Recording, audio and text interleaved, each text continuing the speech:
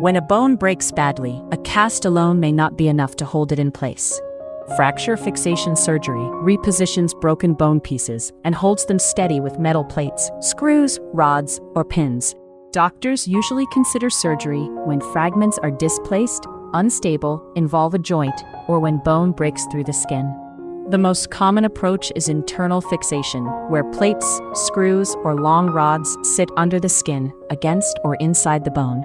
For badly damaged skin or severe swelling, surgeons may use an external frame that holds the bone from outside the limb. During the operation, the surgeon exposes the bone, aligns the fragments, secures the hardware, and confirms the position with live X-ray.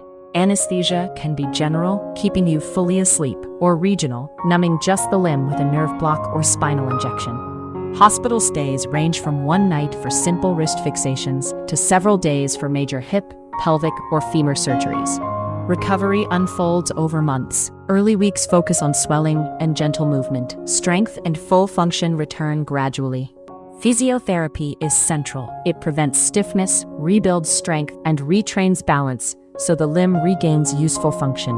Like any major surgery, fixation carries risks such as infection, blood clots, delayed healing, or hardware irritation. Most implants stay in the body for life. Removal is only considered if they cause pain, irritation, or infection. Did you know? You can get this treatment abroad at the same quality you'd get in the US or Europe for a fraction of the cost. Ginger Healthcare is one of the world's most trusted medical travel companies.